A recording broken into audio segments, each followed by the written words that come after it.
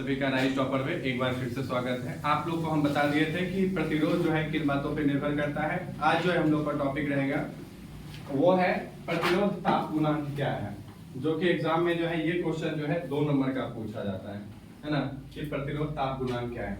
तो प्रतिरोध ताप गुणांक ये होता है कि प्रति इकाई ताप बढ़ाने से चालक पदार्थ के प्रतिरोध में जो आंशिक वृद्धि होता है उसे ही प्रतिरोध ताप गुणांक कहते हैं। सबसे पहले आप प्रतिरोध मतलब समझ लीजिए कि जैसे मान के चलिए कि एक तार है, जैसे ये हम लोग एक तार ले लिए, ठीक है। अब इसमें जब क्या होता है कि इलेक्ट्रॉन जो होता है, ये इलेक्ट्रॉन जो है आगे की ओर जब ये मूव करता है, आगे की ओर गति करता है, तो उस गति को जो है एक बल लगता है। एक होता है कि जो एक बल टाइप का होता है, जैसे जब आप आगे की ओर गति करते हैं तो एक बल होता है घर्षण बल, जो कि आपको पीछे भेजता है। जैसे आप साइकिल कभी चलाते होंगे तो साइकिल जब चलाते हैं तो उसमें जो है साइकिल जो है पैडल मारना बंद कर देते हैं तो साइकिल कुछ दूर के बाद जाके क्या होता है, रुक जाता है। ऐसा क्यों होता है? क्योंकि आप जिस दिशा में बल लगा रहे हैं उसके विपरीत दिशा में एक बल लग रहा है, जिसको कि हम लोग घर्षण बल बोलते हैं। सेम उसी प्रकार जब इलेक्ट्रॉन जो है किसी तार में जब आगे की ओर गति करता है तो उसके ठीक विपरीत यानी कि जो है क्या होता है, विपरीत दिशा में एक बल लगता है, जिसको कि हम लोग बोलते हैं प्रतिरोध बोलते हैं। यानी कि प्रतिरोध उसको आगे जाने से रोकता है। आगे जाने से क्या होता है, रोकता है। तो इसी को हम प्रतिरोध बोलते हैं, इलेक्ट्रॉन जब गति करता है। तो आप देखिए कि क्या होता है, प्रतिरोध क्या होता है। देखिए जैसे मान के चलिए कोई तार है, जैसे यही तार है, इसका अगर मान के चलिए 0 डिग्री सेल्सियस पे अगर इसका तापमान, इसका मान के चलिए 1 ओम का प्रतिरोध है। अगर मान के चलिए ये तार है, इस तार का जो है अभी तापमान जो है यानी कि तापमान है वो 0 डिग्री सेल्सियस है। कितना है? 0 डिग्री सेल्सियस है। इस 0 डिग्री सेल्सियस पे इसका जो है प्रतिरोध होगा वो होगा 1 ओम। इसका प्रतिरोध होगा 1 ओम। अब देखिए कि अगर इसका 1 ओम है प्रतिरोध, किसी तार का 0 डिग्री पर सेल्सियस पर प्रतिरोध अगर 1 ओम है, तो अगर इसको बढ़ा के अगर हम लोग 1 डिग्री सेल्सियस कर दें, 1 डिग्री क्या करें, सेल्सियस कर दें, तो इसका स्वाभाविक बात है कि इसका प्रतिरोध भी क्या होगा, बढ़ जाएगा। और ये जो प्रतिरोध बढ़ेगा, ये जो प्रतिरोध बढ़ेगा, इसी प्रतिरोध के बढ़ने को हम लोग बोलते हैं, क्या बोलते हैं, इसी प्रतिरोध के बढ़ने को हम लोग बोलते हैं प्रतिरोध ताप गुणांक बोलते हैं। जैसे मान के चलिए 1 डिग्री हो गया तो यहाँ पे हो सकता है ये 2 ओम हो जाए, या फिर हो सकता है कि 4 ओम भी हो जाए, कुछ भी हो सकता है ना। तो जब ये बढ़ेगा यानी कि तापमान के बढ़ने से, जैसे ही बढ़ेगा तापमान के बढ़ने से जब प्रतिरोध बढ़ता है, तापमान के बढ़ने से जो प्रतिरोध बढ़ता है उसको हम लोग बोलते हैं प्रतिरोध ताप गुणांक बोलते हैं। क्या बोलते हैं? प्रतिरोध ताप गुणांक बोला जाता है। और ये जो प्रतिरोध ताप गुणांक का जो है एसआई मात्रक होता है वो होता है प्रति डिग्री सेल्सियस होता है, प्रति डिग्री सेल्सियस। ठीक है, याद रखना इस बात को कि प्रति डिग्री सेल्सियस। प्रति डिग्री सेल्सियस हम लोग कैसे लिखेंगे, तो देखिए ये हो गया हम लोग का प्रति डिग्री सेल्सियस, ये हो गया हम लोग का प्रति डिग्री सेल्सियस। हम लोग इसको ऐसे लिखते हैं कि प्रति डिग्री सेल्सियस तापमान का ऐसा ही मात्रा क्या होता है, सॉरी प्रतिरोध के ताप गुणांक का ऐसा ही मात्रा क्या होता है, प्रति डिग्री सेल्सियस होता है। प्रति डिग्री क्या होता है, सेल्सियस होता है। अब एक और हम लोग का टॉपिक है, और आज इसके बाद जो है हम लोग जो है ये वाला टॉपिक कंप्लीट करके आज जो है आप लोग को बहुत इंपॉर्टेंट एग्जाम के पर्सपेक्टिव से पूछा जाता है। आज हम आपको बताएंगे जूल का नियम बताएंगे, जो कि एग्जाम के पर्सपेक्टिव से बहुत इंपॉर्टेंट है। सबसे पहले उससे पहले एक आखिरी टॉपिक है हम लोग का, छोटा सा है, उसको हम लोग एक बार हम लोग देख लेते हैं कि ओम के नियम में ताप को अचर क्यों रखा जाता है। जैसे आपको हम ओम का नियम बताए थे, तो ओम का नियम में आपको हम लिखवाए थे, ध्यान होगा आपको, ओम का नियम पहला ही वीडियो है, आप देख सकते हैं उसमें ओम का नियम वाला वीडियो अगर अभी तक आप नहीं देखे हैं तो ओम का नियम में आप लोग को लिखवाए थे हम कि ताप जो होता है, तापमान उसमें होता है वो अचर रखा जाता है। अचर का मतलब होता है उसमें ताप को बदला नहीं जाता है। तो ओम के नियम में हम ताप को क्यों अचर रखते हैं, क्यों नहीं बदलते हैं, तो देखिए इसका मेन रीजन क्या होता है। तो जब किसी चालक तार का तापमान बदल जाएगा तो उसका प्रतिरोध प्रभावित हो जाएगा। अभी जस्ट आपको बताया है कि तापमान में जब क्या होता है कि कम या ज्यादा होता है, जैसे 0 डिग्री सेल्सियस है अगर तापमान तो प्रतिरोध कितना है, 1 ओम है। लेकिन वही अगर मान के चलिए प्रतिरोध जो है, मान के चलिए तापमान अगर बढ़ के अगर 1 डिग्री सेल्सियस हो गया तो हो सकता है उसका प्रतिरोध 2 ओम या 4 ओम कुछ भी हो सकता है कि नहीं। तो जैसे ही क्या होगा कि तापमान जो है, अगर किसी चालक तार का तापमान अगर बढ़ जाएगा या घट जाएगा तो उसका प्रतिरोध भी प्रभावित हो जाएगा। चालक किसी भी चालक तार का अगर तापमान बढ़ गया या घट गया तो उसका प्रतिरोध भी क्या हो जाएगा, प्रभावित हो जाएगा, जिससे विद्युत धारा एवं विभवांतर भी प्रभावित हो जाएंगे। तो जब प्रतिरोध प्रभावित होगा तो उससे विद्युत धारा भी प्रभावित होगा और उससे विभवांतर भी प्रभावित होगा, यानी उससे I भी प्रभावित हो जाएगा और V भी प्रभावित हो जाएगा, दोनों प्रभावित हो जाएंगे, जिससे कि पठन की क्रिया ठीक से नहीं हो पाएगी। यानी कि जिससे जो है रीडिंग है, हम लोग का जो पठन है उसकी क्रिया ठीक से नहीं हो पाएगी। और इसलिए हम लोग ओम के नियम में ताप को अचर रखते हैं। इसलिए हम लोग ओम के नियम में क्या रखते हैं, ताप को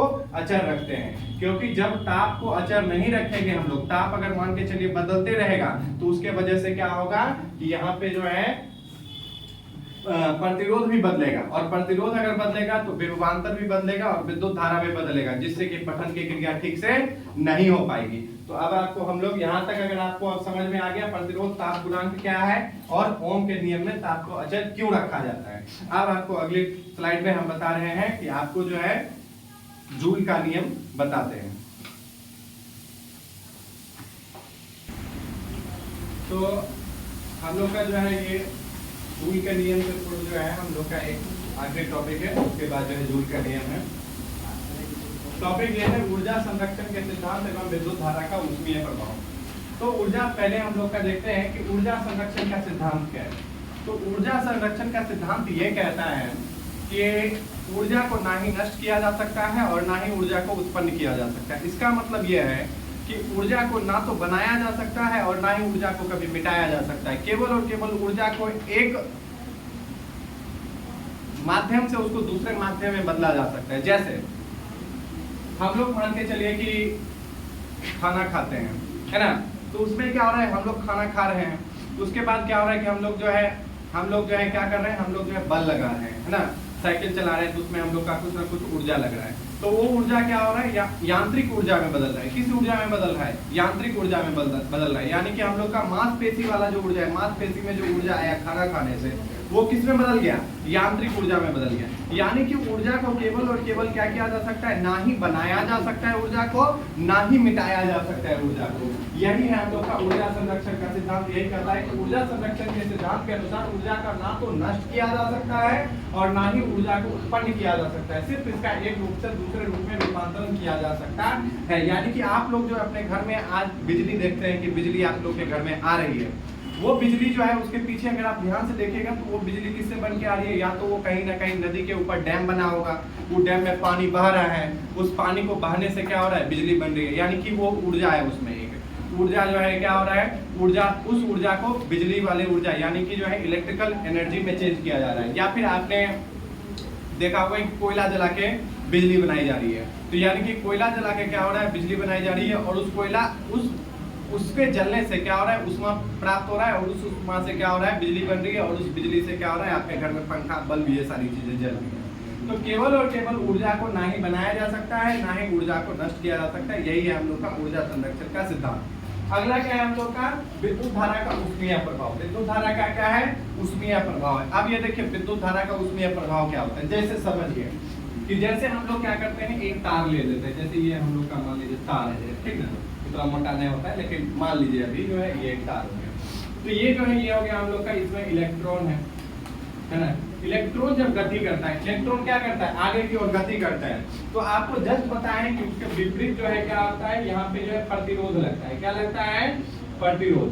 अब प्रतिरोध जब लगता है ना, प्रतिरोध, तो क्या होता है, ये जो तार होता है ये जो है प्रतिरोध लगने की वजह से गर्म हो जाता है। प्रतिरोध लगने की वजह से तार क्या हो जाता है, गर्म हो जाता है। जैसे आप लोग देखे होंगे कि हीटर देखे होंगे, हीटर बिजली से चलने वाला अगर हीटर देखे होंगे, तो हीटर में आप लोग देख पाइएगा कि उसमें जब बिजली का धारा प्रवाहित किया जाता है, यानी विद्युत धारा को प्रवाहित किया जाता है, तो वो गर्म होके एकदम क्या हो जाता है, लाल हो जाता है। उसमें प्रतिरोध वो किसका बना होता है, नाइक्रोम का बना होता है। और नाइक्रोम में क्या होता है, विद्युत धारा जब प्रवाहित होता है तो उसमें प्रतिरोध सबसे ज्यादा होता है, जिस वजह से वो गर्म होके क्या हो जाता है, लाल हो जाता है। तो इसी वजह से विद्युत धारा का ऊष्मीय प्रभाव यही प्रभाव होता है कि जब किसी चालक तार से विद्युत धारा प्रवाहित होता है, जब किसी चालक तार से विद्युत धारा प्रवाहित होता है तो उसमें कुछ ना कुछ ऊष्मा उत्पन्न होता है, उसमें कुछ ना कुछ क्या उत्पन्न होता है, ऊष्मा उत्पन्न होता है, ठीक है। तो किसी चालक तार में विद्युत धारा प्रवाहित होने के बाद विद्युत धारा के कुछ अंश ऊष्मा में परिवर्तित हो जाता है। विद्युत धारा के प्रभाव को ही विद्युत धारा का ऊष्मीय प्रभाव कहते हैं। यानी कि जब किसी तार से,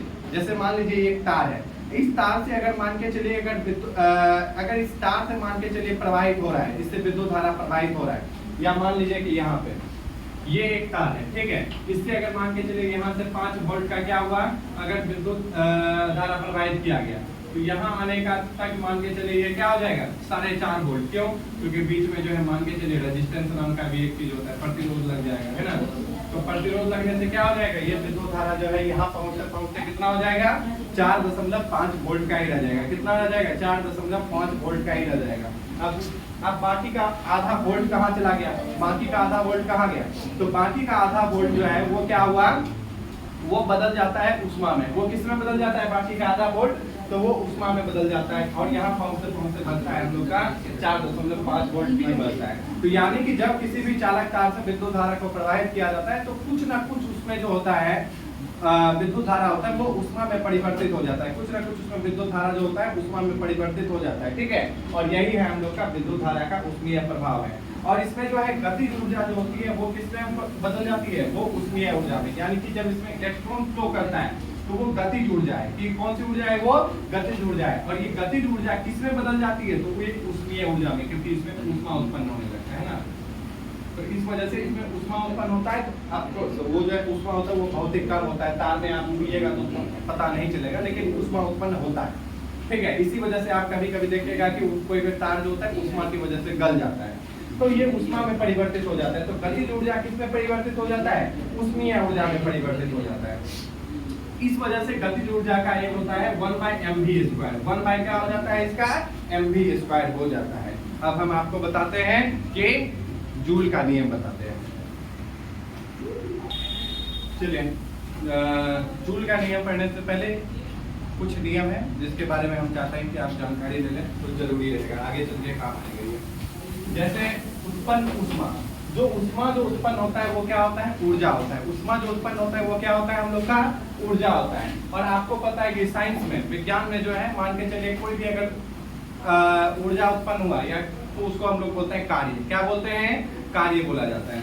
अब देखिए एक जो है फॉर्मूला आपको हम पहले भी लिखवाए होंगे, एक फॉर्मूला होता है Q बराबर IT।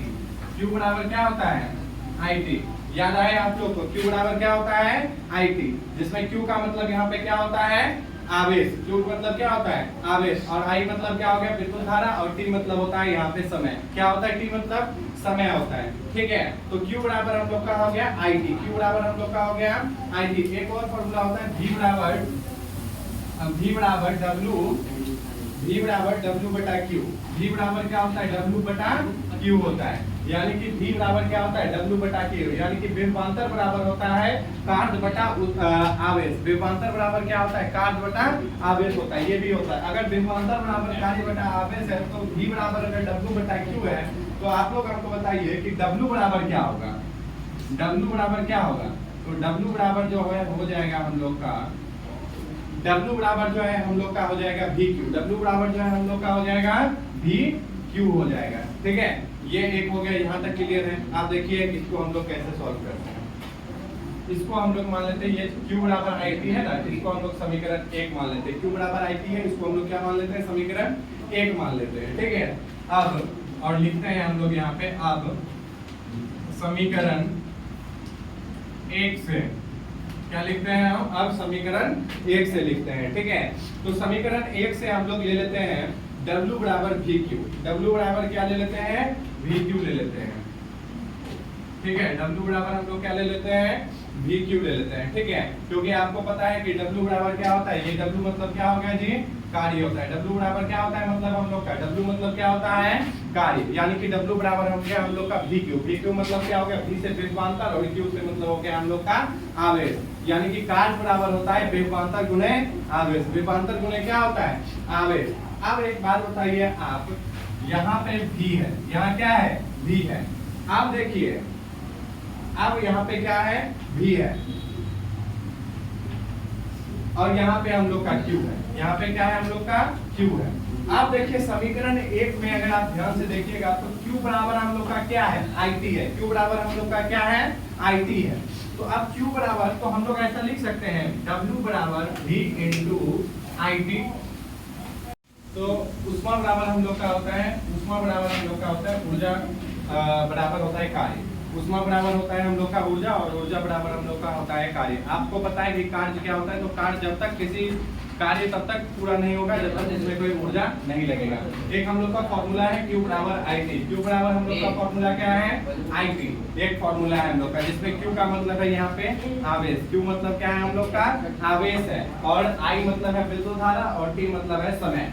एक और हम लोग का फॉर्मूला है V बराबर W बाई Q। V बराबर क्या है? W बाई Q, जिसमें V का मतलब यहाँ पे है विभवांतर, W का मतलब होता है कार्य और Q का मतलब होता है आवेश। तो अगर V बराबर W बटा Q है तो W बराबर हम लोग का क्या हो जाएगा? तो W बराबर हो जाएगा हम लोग का VQ। W बराबर हम लोग का क्या हो जाएगा? VQ हो जाएगा।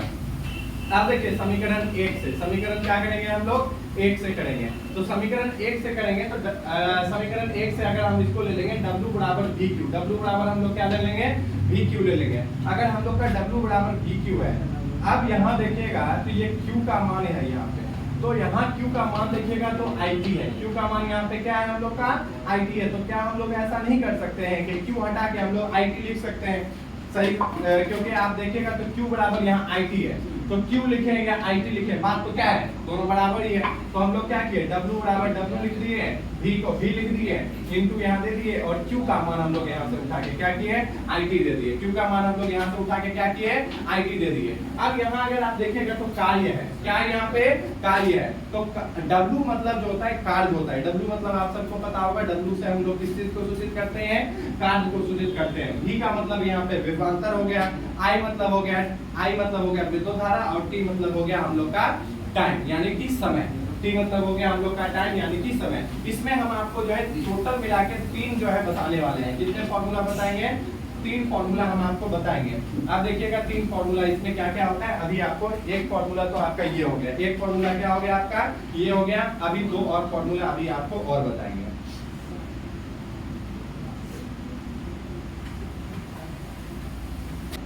अब हम लोग लिखेंगे अब ओम के नियम से। अब हम लोग लिखेंगे अब ओम के नियम से लिखेंगे। तो ओम का नियम आपको बताए थे। ओम का नियम क्या होता है? बताइए आप लोग, ओम का नियम क्या होता है? कमेंट सेक्शन में आप लोग बताइए ओम का नियम क्या होता है? V बराबर IR। क्या होता है? V बराबर IR। V बराबर क्या होता है हम लोग का? IR होता है। ठीक है। अब हम लोग यहाँ देखिएगा, अब आप यहाँ देखिएगा V है, क्या है हम लोग का? V बराबर क्या है हम लोग का? IR। अब देखिए हम लोग का क्या होता है? W बराबर IR इंटू IT। W बराबर हम लोग क्या करेंगे? IR into IT। W बराबर हम लोग क्या कर देंगे? IR into IT। अब और W बराबर हम लोग का हो जाएगा I square R3। I square हम लोग का क्या हो जाएगा? I square RT। W बराबर हम लोग का हो जाएगा I स्क्वायर RT। ये हो गया हम लोग का दूसरा, ये हम लोग का क्या हो गया? दूसरा हो गया। अब पूछेगा सर ये कैसे, क्या, कहाँ, कुछ समझ में नहीं आया, कैसे हुआ ये? सबसे पहले देखिए V बराबर हम लोग का क्या है? IR। ओम का नियम हम लोग का क्या बोलता है कि ओम का नियम हम लोग का बोलता है V बराबर IR बोलता है। V बराबर क्या बोलता है? IR। तो इसलिए हम लोग अब क्या करेंगे कि W बराबर, आप पूछेगा सर ये W कहाँ से आया? तो W बराबर अगर यहाँ देखिएगा कहाँ गया, ये रहा। देखिए W बराबर हम लोग का क्या होता है? VQ। W बराबर हम लोग का क्या होता है? VQ। तो आप देखिएगा W बराबर हम लोग का क्या होता है? V बराबर IR। तो W बराबर हम लोग का हो गया IR into IT। IR into IT, क्योंकि Q का मान देखिएगा तो हम लोग का क्या है? IT है। Q का मान हम लोग का क्या है? IT। यहाँ ऊपर में लिखे हुए हैं Q का मान, Q का मान हम लोग का क्या है? IT है। तो हम लोग का IR तो आपको पता है, ओम का नियम बोलता है V बराबर IR, है ना। और IT हम लोग को पता है, Q से आगे हम लोग का IT। ये है हम लोग का दूसरा फॉर्मूला। और I से I को गुना करेंगे तो I स्क्वायर हो जाएगा और R और T हो जाएगा, बचेगा। तो W बराबर हम लोग का हो गया I स्क्वायर RT हो गया। I स्क्वायर क्या हो गया? RT। एक और हम लोग का है ओम के नियम से, एक बार फिर लिखेंगे। आपको बताया था कि हम लोग 3 है, तो 3 एक और देखेंगे ओम के नियम से। एक और देखते हैं, तीसरा है हम लोग का। देखिए V बराबर हम लोग का क्या हो गया? चूंकि आपको पता है V बराबर हम लोग का क्या होता है? IR होता है। V बराबर हम लोग का क्या होता है? IR होता है। इसलिए आप लोग बताइए I बराबर क्या होगा? I बराबर कमेंट सेक्शन में आप लोग बताइए कि अगर V बराबर IR होता है तो I बराबर क्या होगा? तो बिल्कुल जो लोग सही सोच रहे हैं बिल्कुल सही जवाब है हम लोग का I बराबर हो गया हम लोग का V बाय R। क्या हो जाएगा V बाय R, क्या हो जाएगा हम लोग का V बाय R। अब देखिए V बाय R तो W बराबर हो गया हम लोग का W बराबर हो जाएगा हम लोग का V into I T. W बराबर हो जाएगा हम लोग का V into I T. W बराबर हो जाएगा हम लोग का V इंटू आई टी। इसको अभी सॉल्व करते हैं फिर आपको हम बताते हैं। W बराबर हो जाएगा हम लोग का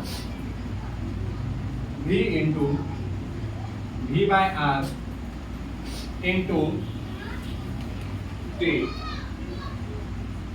इसलिए V से V W बराबर हो जाएगा हम लोग का V से V हो गया हम लोग का V स्क्वायर, इधर हो गया हम लोग का T और इधर हो गया नीचे हो गया हम लोग का R। क्या हो गया V बराबर V से V को गुणा करेंगे तो V स्क्वायर, T हो गया हम लोग का इधर और R हो गया। ये हो गया हम लोग का तीसरा। ये क्या हो गया हम लोग का तीसरा फॉर्मूला ये हो गया हम लोग का। अब देखिए इसको समझ लेते हैं कि क्या होता है। तो V बराबर हो गया हम लोग का IR और I बराबर हम लोग का है V बटा R। I बराबर हम लोग का क्या है V बटा R है। इसलिए अगर आप देखिएगा तो W बराबर होता है V into I T. W बराबर क्या बताए थे आपको V into I T. W बराबर हो गया V इंटू आई टी और W बराबर V into V by R into T।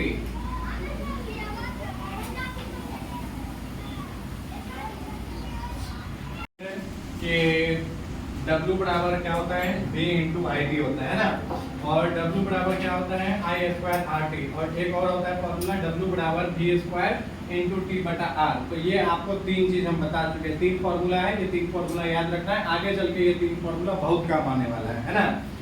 आज देखिए अब आपको पता है कि कार्य बराबर क्या होता है ऊष्मा। कार्य बराबर क्या होता है ऊष्मा होता है, यानी कि W बराबर होता है H। W बराबर क्या होता है H होता है। आप सब जानते हैं कि कार्य बराबर क्या होता है ऊष्मा होता है, इसीलिए H बराबर W और W बराबर H होगा। तो सेम जो ये तीनों जो फॉर्मूला आप देख रहे हैं W बराबर V into I T, W बराबर I square R T, W बराबर V square T by R, तो ये सेम फॉर्मूला जो है ये H के लिए भी हो जाएगा। तो हम लोग ऐसा लिख सकते हैं कि H बराबर V into I T, V into क्या हो जाएगा आई टी हो जाएगा। पहला फॉर्मूला ये है। दूसरा फॉर्मूला हो जाएगा H बराबर आई स्क्वायर आर टी, और तीसरा फॉर्मूला हम लोग का हो जाएगा फाइनली W बराबर H बराबर V square into T by R. तो ये हम लोग का कुल मिला के तीन फॉर्मूला है। अब हम लोग H क्यों लिखे हैं, तो आपको बता दिए हैं कि ऊष्मा बराबर जो होता है कार्य होता है और कार्य बराबर ऊष्मा होता है, इसीलिए हम लोग जो W का मान अगर ये है, W का ये तीन फॉर्मूला है, तो H का भी यही फॉर्मूला है। आई होप आपको यहाँ तक समझ में आया होगा, है ना, वही कोई दिक्कत नहीं।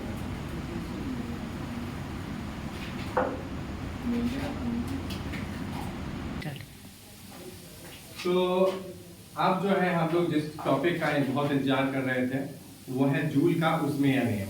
तो अब हम लोग देखेंगे जूल का ऊष्मीय नियम क्या है, और एग्जाम के पॉइंट ऑफ व्यू से बहुत बहुत वेरी मोस्ट वीवीआई क्वेश्चन है ये, है ना। ये हम आपको बता दें मोस्ट वीवीआई क्वेश्चन है ये एग्जाम के पॉइंट ऑफ व्यू से। ये वाला क्वेश्चन जो आप देख रहे हैं, जूल का ऊष्मीय नियम क्या है, आप लोग को दिख रहा होगा जूल का ऊष्मीय नियम क्या है। तो देखिए जूल का ऊष्मीय नियम क्या है। जब किसी चालक से, यानी कि जब कोई चालक तार है उससे विद्युत धारा का प्रवाह होता है तो उस चालक में प्रतिरोध के कारण ऊष्मा की उत्पत्ति होती है। तो आपको हम बताएं कि जब कोई चालक तार है, जैसे मान लीजिए ये चालक तार है, ठीक है, ये मार्कर को मान लीजिए आप लोग चालक तार है, ठीक है नहीं, लेकिन मान लीजिए चालक तार है। तो जब ये चालक तार है तो जब इसमें से विद्युत धारा को प्रवाहित किया जाता है, यानी कि जब इसमें से हम लोग विद्युत धारा को क्या करेंगे प्रवाहित करेंगे, तो आपको एक बात हम बताए थे, याद होगा कि जब कोई चालक तार है जब उसमें से विद्युत धारा प्रवाहित होता है तो उसके चारों ओर क्या होता है, एक जो है मैग्नेटिक फील्ड यानी चुंबकीय क्षेत्र बन जाता है। क्या बन जाता है चुंबकीय क्षेत्र बन जाता है। ठीक उसी प्रकार जो है यहाँ पे क्या होता है कि जब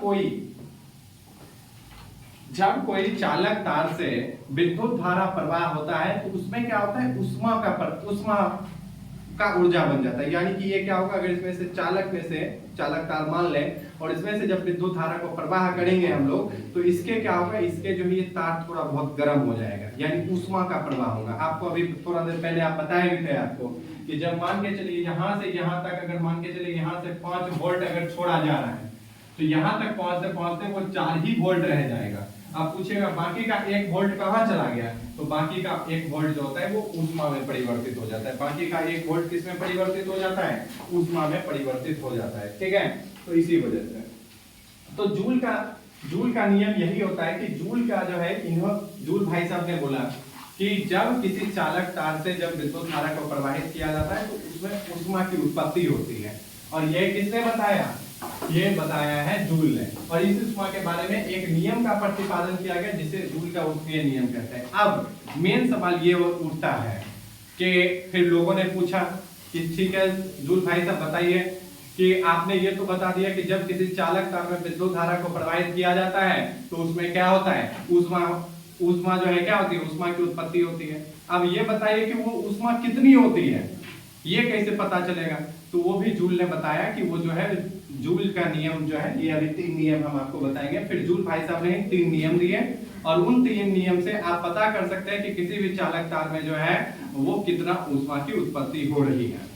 जिसमें जूल का जो है पहला नियम इस प्रकार से है। तो जूल का पहला नियम यह है कि किसी भी चालक तार में उत्पन्न ऊष्मा उस चालक तार से प्रवाहित होने वाली विद्युत धारा के वर्ग के समानुपाती होता है। अब इसका क्या मतलब है, तो देखिए किसी भी चालक तार से उत्पन्न ऊष्मा उस चालक तार से प्रवाहित होने वाले विद्युत धारा को हम लोग किससे सूचित करते हैं, आई से। विद्युत धारा को किससे सूचित करते हैं, आई से सूचित करते हैं। तो आई के विद्युत धारा के वर्ग, आई यानी कि इसका स्क्वायर, ये किसका समानुपाती होता है, ऊष्मा का। यानी ऊष्मा को हम लोग किससे सूचित करते हैं, H से करते हैं। H मतलब हो गया, हिंदी में उसको ऊष्मा बोलते हैं, इंग्लिश में H मतलब हो गया हीट हो गया, है ना। इंग्लिश में उसको बोलते हैं हीट, इसलिए उसको H से सूचित करते हैं। उसका क्या होता है, समानुपाती, यानी कि समानुपाती वैरिज। ये है जूल का पहला नियम है। जूल का पहला नियम क्या है, H वैरिज, H समानुपाती I स्क्वायर। H समानुपाती क्या हो गया, I स्क्वायर हो गया। ये है इसका नियम। और इसमें R और T क्या होता है, नियत होता है। R और T क्या होता है, नियत होता है। ठीक है, R और T क्या हो गया हम लोग का, नियत हो गया। अब ये R और T क्या है, अभी थोड़ा देर में आपको वो भी बता देंगे। दूसरा हम लोग का क्या है, जूल का दूसरा नियम। तो किसी भी चालक तार के में उत्पन्न ऊष्मा उस चालक तार के प्रतिरोध के समानुपाती होता है। यानी कि कोई भी जो चालक तार है, जैसे मान लीजिए ऊष्मा हम लोग ले लिए, चालक तार हो गया और उसमें बोल रहा है कि प्रतिरोध के समानुपाती होता है। तो प्रतिरोध हो गया, हम लोग को प्रतिरोध को किससे सूचित करते हैं, R से। प्रतिरोध को किससे सूचित करते हैं, R से करते हैं। तो यानी कि क्या होता है, R का समानुपाती होता है। ऊष्मा किसका समानुपाती होता है, R का। तो यानी कि हो जाएगा हम लोग का H समानुपाती R, जहां पे I और T नियत। I और T का नियत का मतलब यहाँ पे यह है कि I मतलब हो गया विद्युत धारा और T मतलब हो गया समय। यानी कि विद्युत धारा और समय ये दोनों में बदलाव नहीं होगा, केवल और केवल जो है प्रतिरोध में ही बदलाव होगा। तो इस वजह से क्या होगा, ऊष्मा को बढ़ाने से प्रतिरोध बढ़ेगा और प्रतिरोध के बढ़ाने से ऊष्मा बढ़ेगा। समानुपाती का मतलब यही है। और जिसमें जो है I और T नियत है। I और T क्या है, नियत है।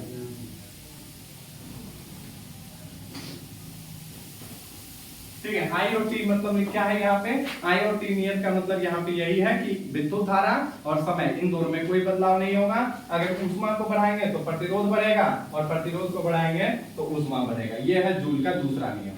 अब जूल का तीसरा नियम क्या कहता है, तो जूल का तीसरा नियम कहता है किसी भी चालक तार में उत्पन्न ऊष्मा उस चालक तार में प्रवाहित होने वाली विद्युत धारा के समय के समानुपाती होता है। इसका क्या मतलब है, तो इसका मतलब यह है कि जैसे मान लीजिए कि हम लोग का ऊष्मा हो गया ये, और समय क्या हो गया, क्या बोल रहा है, तार में प्रवाहित होने वाली विद्युत धारा के समय, विद्युत धारा का क्या हो गया, समय हो गया। तो समय को हम लोग किससे सूचित करते हैं, T से करते हैं। T से लिख दिए, का क्या होता है, समानुपाती, यानी कि ये हम बना दिए समानुपाती होता है।